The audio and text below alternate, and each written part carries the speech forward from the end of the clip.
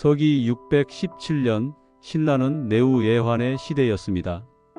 고구려와 백제가 끊임없이 국경을 위협했고 왕실 내부에서는 권력 다툼이 치열했습니다. 백성들은 전쟁의 공포와 굶주림에 시달렸고 절망 속에서 하루하루를 버텨내고 있었습니다. 바로 이런 어둠의 시대에 경주 근처 작은 마을에서 한 아이가 태어났습니다. 이 아이의 이름은 원효. 그러나 당시에는 아무도 몰랐습니다. 이 보잘것없는 시골 아이가 훗날 신라 전체를, 아니 한국 불교사 전체를 바꿀 거대한 인물이 될 것이라는 사실을 말입니다. 원효가 태어난 해는 신라가 백제와의 전쟁에서 크게 패배한 해였습니다. 진평왕은 절망에 빠져 있었고 백성들은 언제 적군이 쳐들어올지 모르는 불안 속에서 살아야 했습니다. 이런 절망적인 현실 속에서도 어머니는 아이를 품에 안고 기도했습니다. 이 아이만큼은 이 어둠을 밝혀주는 등불이 되기를. 어린 원효는 남다른 아이였습니다. 다른 아이들이 놀 때 그는 홀로 산에 올라가 명상에 잠겼고 어려운 경전을 읽으며 깊은 사색에 빠졌습니다. 마을 사람들은 이상하다며 고개를 저었지만 어머니만은 알고 있었습니다. 이 아이 안에 특별한 무언가가 잠들어 있다는 것을 말입니다. 신라의 혼란은 갈수록 심해졌지만 원효 안에서는 오히려 맑은 빛이 자라나고 있었습니다. 그는 이미 어릴 때부터 백성들의 고통을 외면할 수 없었고 이 모든 괴로움을 근본적으로 해결할 수 있는 길이 있을 것이라고 믿었습니다. 그 길을 찾기 위한 여정이 바로 지금 시작되려 하고 있었습니다. 원효는 20살이 되자 출가를 결심했습니다. 하지만 그의 출가는 다른 승려들과 달랐습니다. 세상의 괴로움에서 도피하기 위함이 아니라 오히려 더 깊이 뛰어들어 근본적인 해답을 찾기 위함이었습니다. 경전 속의 깨달음만으로는 충분하지 않다. 원효는 늘 이렇게 생각했습니다. 아무리 많은 불경을 외우고 아무리 복잡한 철학을 이해한다 해도 그것만으로는 고통받는 백성들을 구원할 수 없다는 것을 직감했습니다. 원효는 신라 전역의 유명한 스승들을 찾아다니며 공부했습니다. 그의 총명함은 모든 스승들을 놀라게 했습니다. 화엄경의 심오한 철학도 법화경의 복잡한 교리도 그에게는 단숨에 이해되었습니다. 다른 제자들이 몇 년씩 걸려서 겨우 깨우치는 내용을 원효는 며칠 만에 완전히 체득했습니다. 하지만 원효의 마음은 오히려 더 갈급해졌습니다. 이 모든 지식이 정말 백성들의 마음을 구원할 수 있는가? 그는 밤마다 이런 의문에 시달렸습니다. 경전 속의 아름다운 이론들이 현실의 굶주림과 절망 앞에서는 너무나 무력해 보였기 때문입니다. 어느 날 원효는 스승에게 물었습니다. 스승님, 부처님의 가르침이 진짜라면 왜 세상은 여전히 괴로움으로 가득한 것입니까? 스승은 대답했습니다. 그것은 중생들의 업장이 깊기 때문이다. 하지만 원효는 만족할 수 없었습니다. 업장이 깊다고 해서 포기할 수는 없었습니다. 원효는 깨달았습니다. 자신이 진정으로 추구해야 할 것은 책 속의 깨달음이 아니라 삶 속의 깨달음이라는 것을 말입니다. 백성들과 함께 울고 웃으며 그들의 마음을 직접 어루만질 수 있는 그런 깨달음 말입니다. 바로 이런 깨달음의 갈증이 그를 더 큰 여정으로 이끌어가고 있었습니다. 마침내 원효는 중대한 결심을 했습니다. 당나라로 가서 더 깊은 학문을 익히겠다는 것이었습니다. 당시 당나라는 불교 학문이 최고 중심지였고 현장 법사를 비롯한 수많은 고승들이 활동하고 있었습니다. 동료 승려 의상과 함께 길을 떠난 원효. 험준한 산길을 넘고 강을 건너며 드디어 당나라 국경 근처에 도착했습니다. 하지만 그날 밤 갑자기 폭우가 쏟아져 내렸습니다. 두 사람은 어둠 속에서 겨우 동굴 같은 곳을 발견하고 피할 수 있었습니다. 목이 말랐던 원효는 동굴 한 구석에서 고인 물을 발견했습니다. 어둠 속에서 그는 그 물을 마셨습니다. 물은 달콤하고 시원했습니다. 원효는 깊은 잠에 빠져들었습니다. 그런데 새벽이 되어 동굴을 나서려던 원효는 충격적인 사실을 발견했습니다. 자신이 피했던 곳은 동굴이 아니라 무덤이었고 자신이 마신 물은 해골에 고인 더러운 물이었던 것입니다. 순간 원효는 구역질이 났고 온몸에 소름이 돋았습니다. 바로 그 순간이었습니다. 원효의 마음에 번개 같은 깨달음이 스쳤습니다. 어젯밤 그 물은 분명히 달콤했는데 지금은 왜 더럽게 느껴지는가? 물은 변하지 않았다. 변한 것은 오직 내 마음뿐이다. 모든 것은 마음에서 비롯된다. 마음이 정하면 더러운 것도 깨끗해지고 마음이 흐려지면 깨끗한 것도 더러워진다. 부처와 중생, 정토와 예토, 깨달음과 무명. 이 모든 것이 결국 한 마음에서 나온 것이 아닌가? 원효는 그 자리에서 당나라 유학을 포기했습니다. 더 이상 외부에서 깨달음을 구할 필요가 없었습니다. 진정한 깨달음은 이미 자신의 마음 안에 있었던 것입니다. 의상은 홀로 당나라로 떠났지만 원효는 신라로 돌아가기로 했습니다. 이제 그에게는 할 일이 있었습니다. 이 깨달음을 모든 백성들과 나누는 것이었습니다. 원효가 신라로 돌아왔을 때 그는 완전히 다른 사람이 되어 있었습니다. 더 이상 경전 속 복잡한 이론에 매달리지 않았습니다. 대신 그의 눈에는 살아있는 중생들의 모습이 들어왔습니다. 시장에서 물건을 파는 상인, 밭을 갈고 있는 농부, 길거리에서 구걸하는 거지, 병으로 고생하는 환자들. 진정한 부처님은 저 황금 불상 속에 계시는 것이 아니라 바로 저 사람들 안에 계신다. 원효는 이제 확신했습니다. 그리고 자신의 사명도 분명해졌습니다. 어려운 경전의 내용을 쉬운 말로 풀어서 모든 사람이 자신 안에 있는 부처님을 발견하도록 도와주는 것이었습니다. 하지만 기존의 불교계는 원효의 변화를 달가워하지 않았습니다. 고귀한 불법을 어찌 천한 백성들과 나눌 수 있느냐며 비판했습니다. 또한 승려가 어찌 속세에 그렇게 깊이 관여할 수 있느냐며 걱정했습니다. 원효는 이런 비판을 개의치 않았습니다. 오히려 더욱 확신을 가지게 되었습니다. 부처님께서 이 세상에 오신 이유가 무엇인가? 고통받는 모든 중생을 구제하기 위함이 아닌가? 그런데 왜 우리는 그 중생들로부터 멀어지려 하는가? 원효는 화려한 가사 대신 평범한 옷을 입었습니다. 높은 법상 대신 시장 한복판에 자리를 잡았습니다. 어려운 한문 경전 대신 쉬운 우리말로 설법했습니다. 그의 주변에는 점점 더 많은 사람들이 모여들기 시작했습니다.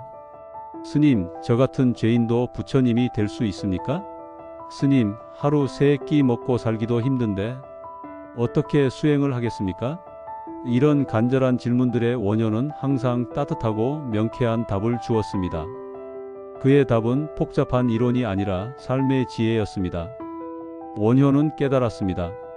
진정한 스승은 제자들을 자신에게 의존하게 만드는 것이 아니라 제자들 스스로 깨달음을 찾아갈 수 있도록 격려하는 것이라는 사실을 말입니다. 원효의 파격적인 포교 활동이 본격적으로 시작되었습니다. 그는 무예행이라는 독특한 수행법을 실천했습니다. 어떤 계층, 어떤 직업, 어떤 장소든 가리지 않고 자유롭게 드나들며 불법을 전하는 것이었습니다. 아침에는 대궐에서 왕과 신하들에게 깊은 철학을 논하고 점심에는 시장에서 장사꾼들과 함께 밥을 먹으며 쉬운 이야기로 불교를 설명했습니다. 저녁에는 뒷골목에서 술꾼들과 어울리며 그들의 아픔을 들어주었습니다. 특히 원효의 노래는 유명했습니다. 그는 무예가라는 노래를 만들어 불렀는데 그 가사와 선율이 너무나 아름다워서 온 백성이 따라 불렀습니다. 아이들은 놀이를 하며 무예가를 불렀고 농부들은 밭을 갈며 무예가를 불렀습니다. 노래를 통해 자연스럽게 불교의 핵심 가르침이 퍼져나간 것입니다. 누구나 부처가 될 수 있다. 누구나 깨달을 수 있다. 가난해도 상관없고 배우지 못해도 상관없다. 다만 마음을 열고 자비로운 마음을 가지면 된다. 이것이 원효가 노래로 전한 메시지였습니다. 원효는 또한 뛰어난 이야기꾼이었습니다. 복잡한 불교 교리를 쉬운 비유와 재미있는 이야기로 풀어서 설명했습니다. 어린아이부터 노인까지 모두가 이해할 수 있도록 말입니다. 어느 날 한 농부가 물었습니다. 스님, 부처님이 정말 계신다면 왜 우리는 이렇게 고생해야 합니까? 원효는 답했습니다. 형님, 저 하늘의 태양을 보세요. 태양은 항상 빛나고 있지만 구름이 끼면 우리는 그 빛을 보지 못합니다. 부처님도 마찬가지입니다. 항상 우리와 함께 계시지만 우리 마음의 구름 때문에 보지 못하는 것입니다. 그 구름을 걷어내는 것이 바로 수행입니다. 이런 쉬운 설명에 사람들은 무릎을 쳤습니다. 불교가 더 이상 어려운 것이 아니라 삶과 밀착된 지혜라는 것을 깨닫게 된 것입니다. 원효 덕분에 신라의 불교는 진정한 대중 종교로 자리 잡을 수 있었습니다. 원효가 이룩한 가장 큰 철학적 업적은 바로 화쟁사상이었습니다. 당시 불교계는 여러 종파로 나뉘어 서로 대립하고 있었습니다. 유식종은 모든 것은 마음의 작용이다라고 주장했고, 중관종은 모든 것은 공하다고 주장했습니다. 화엄종은 모든 것이 서로 연결되어 있다고 했고, 정토종은 아미타불의 힘으로 구원받는다고 했습니다. 이런 대립 속에서 원효는 혁신적인 통찰을 제시했습니다. 이 모든 가르침들이 사실은 하나의 진리를 다른 각도에서 설명한 것이 아닌가? 마치 장님이 코끼리를 만지며 각자 다르게 묘사하는 것처럼 각 종파는 진리의 한 면만을 보고 있다는 것이었습니다. 원효는 이를 화쟁이라고 불렀습니다. 화쟁은 단순히 타협하는 것이 아니라 서로 다른 주장들 속에 숨겨진 공통의 진리를 발견하는 것이었습니다. 대립을 조화로 바꾸는 지혜였습니다. 예를 들어 마음이 중요하다는 유식종의 주장과 모든 것이 공하다는 중관종의 주장을 놓고 원효는 이렇게 설명했습니다. 마음이 있다고 하는 것도 결국 분별심에서 나온 것이고, 공하다고 하는 것도 역시 분별심에서 나온 것이다. 진정한 깨달음은 이런 분별을 떠나는 것이다.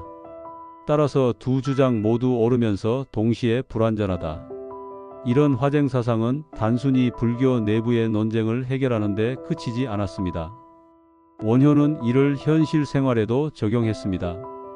왕족과 평민, 부자와 가난한 자, 배운 자와 무식한 자 사이의 갈등도 화쟁의 정신으로 해결할 수 있다고 보았습니다.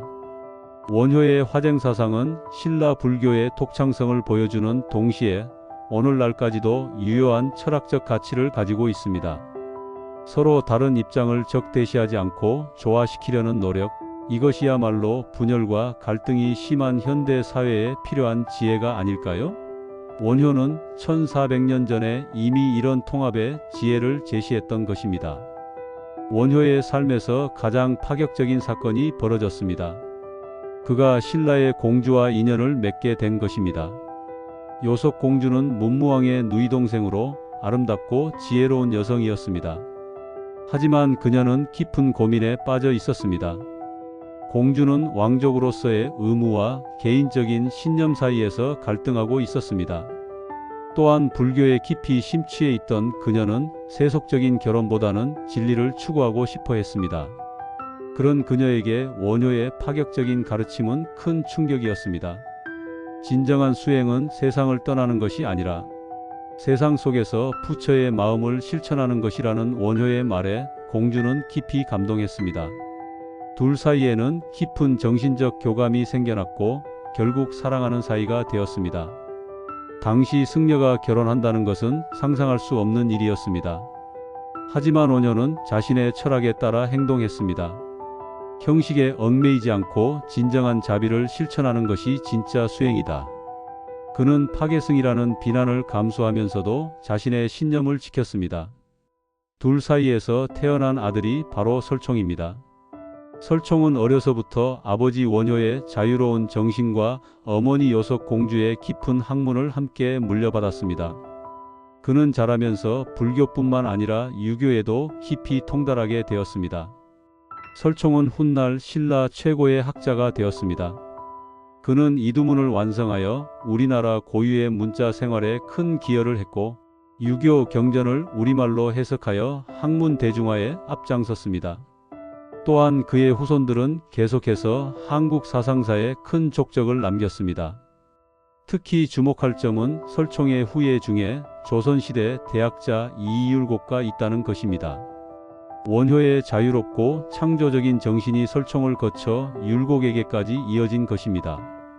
율곡의 실학사상과 개혁정신 속에서도 원효의 현실차며 정신을 엿볼 수 있습니다. 원효와 요석 공주의 사랑은 단순한 개인적 로맨스가 아니었습니다. 그것은 신분과 형식을 뛰어넘는 진정한 사랑이었고, 그 사랑에서 태어난 설총을 통해 한국 사상사의 큰 흐름이 시작된 것입니다. 팔부 한국 불교의 영원한 스승 원효. 원효는 686년 70세의 나이로 세상을 떠났습니다. 그가 세상을 떠났다는 소식이 전해지자 온 신라가 슬픔에 잠겼습니다. 왕족부터 백성까지, 승려부터 일반인까지 모두가 그를 애도했습니다. 이것만으로도 원효가 얼마나 많은 사람들에게 사랑받았는지를 알 수 있습니다. 원효의 업적은 단순히 개인적인 깨달음에 그치지 않았습니다. 그는 한국 불교의 성격 자체를 바꿔 놓았습니다. 그 이전에 불교가 주로 귀족과 왕실 중심이었다면 원효 이후의 불교는 진정한 대중 종교가 되었습니다. 모든 것은 마음에서 비롯된다는 원효의 핵심 가르침은 오늘날까지도 한국인의 정신 속에 깊이 뿌리내리고 있습니다. 어려운 일이 있을 때 마음먹기 나름이다라고 말하는 우리의 일상 언어 속에도 원효의 철학이 살아 있습니다. 또한 원효의 화쟁사상은 한국 문화의 중요한 특징이 되었습니다. 서로 다른 것들을 배척하지 않고 조화롭게 받아들이는 한국인의 포용성, 외래 문화를 우리 것으로 소화해내는 창조적 수용 능력, 이 모든 것의 뿌리에는 원효의 화쟁 정신이 있습니다. 현대에 와서도 원효는 새롭게 주목받고 있습니다. 종교 간 대화, 문명 간 소통이 중요해진 이 시대에 원효의 통합 철학은 더욱 빛을 발하고 있습니다. 세계 각국의 학자들이 원효 연구에 매진하고 있고, 그의 사상을 현대적으로 해석하려는 노력들이 계속되고 있습니다. 원효는 단순한 종교인이 아니었습니다. 그는 사상가였고 교육자였으며 사회개혁가였습니다. 무엇보다 그는 백성을 사랑한 진정한 철학자였습니다. 1400년이 지난 지금도 원효의 정신은 우리 곁에 살아 숨쉬고 있습니다. 나무아미타불 하나면 족하다며 연불의 중요성을 강조했던 원효. 그가 추구했던 것은 복잡한 이론이 아니라 단순하지만 깊은 실천이었습니다. 오늘을 살아가는 우리에게도 원효의 이런 가르침은 여전히 유효합니다. 어려운 세상을 살아가면서도 자비로운 마음을 잃지 않고 서로 다름을 인정하면서도 조화를 추구하는 것, 이것이 바로 원효가 우리에게 남긴 영원한 선물입니다.